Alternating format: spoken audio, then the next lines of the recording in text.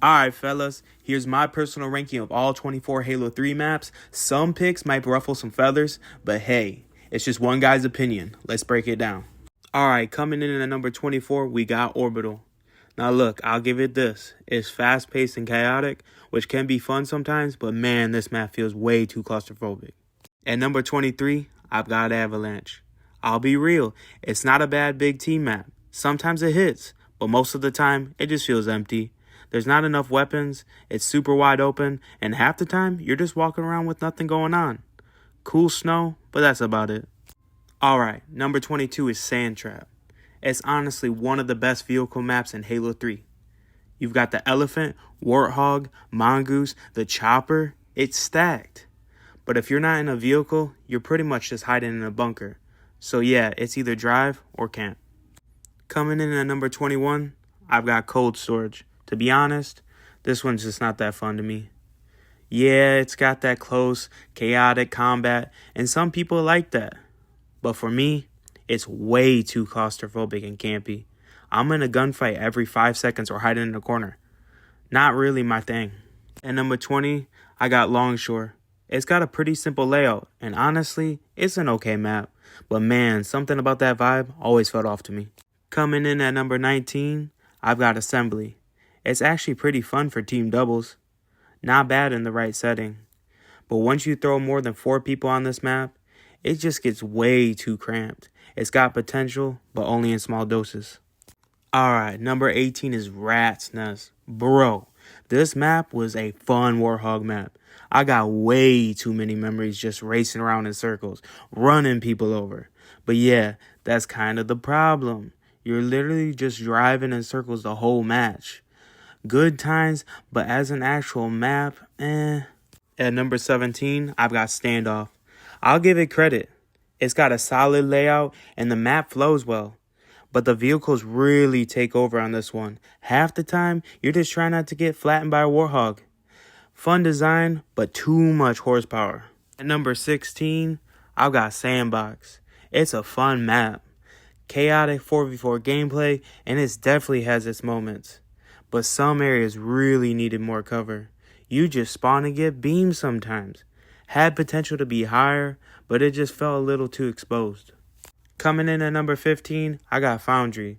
I actually like the layout. It set up some really clean BR fights. But if you were up against a good team, man, them spawn traps were brutal. Cool design, but not when you're stuck in the corner the whole game. Number 14, yeah, this one hits everyone in a good spot. It's Valhalla. Easily the best big team map. The vehicle lanes, the bases, the long sights, it's a classic. But man, starting with that AR on this map just made you feel useless. Once you got that BR in your hands though, whole different story. Alright, number 13 is Last Resort. It's got a solid mix of power weapons and vehicles. Plenty of ways to make plays. But the beach side definitely could have used more cover. Cool map, but getting lit up on that shoreline got old real quick. At number 12, I got High Ground. This map had some really fun ways to use equipment. Trip mines, lifts, bubble shields. You could actually swing fights with good timing. But if you got bad spawns, it was an uphill battle the whole time, literally. Fun when you're on the right side of it, frustrating when you're not. Number 11 is Ghost Town. This had some really fun BR fights. Tight angles, smart positioning, it made for some solid duels. But some areas were just awkward to get to. It could have used a few ramps or lifts to clean things up. Good map, but just missed my cut for top 10. Alright, we're at the top 10 now. And at number 10, I've got Epitaph. This one had some really fun and unique fights. And I like how the power positions were placed in like weird, risky spots. You had to earn them. But let's be real. That middle of the map, straight up death trap. Cool design, fun fights, but that center room cost me a lot of lives. Coming in at number 9, I've got Isolation. This map just looked dope. The lighting, the layout, it had that eerie Halo feel to it. The weapon placements were solid, and the vehicles felt balanced. You had options, which I liked. But those underground bunkers, they just needed one more exit, something that led toward the mid. Would have made the feel like way more smoother without killing the vibe.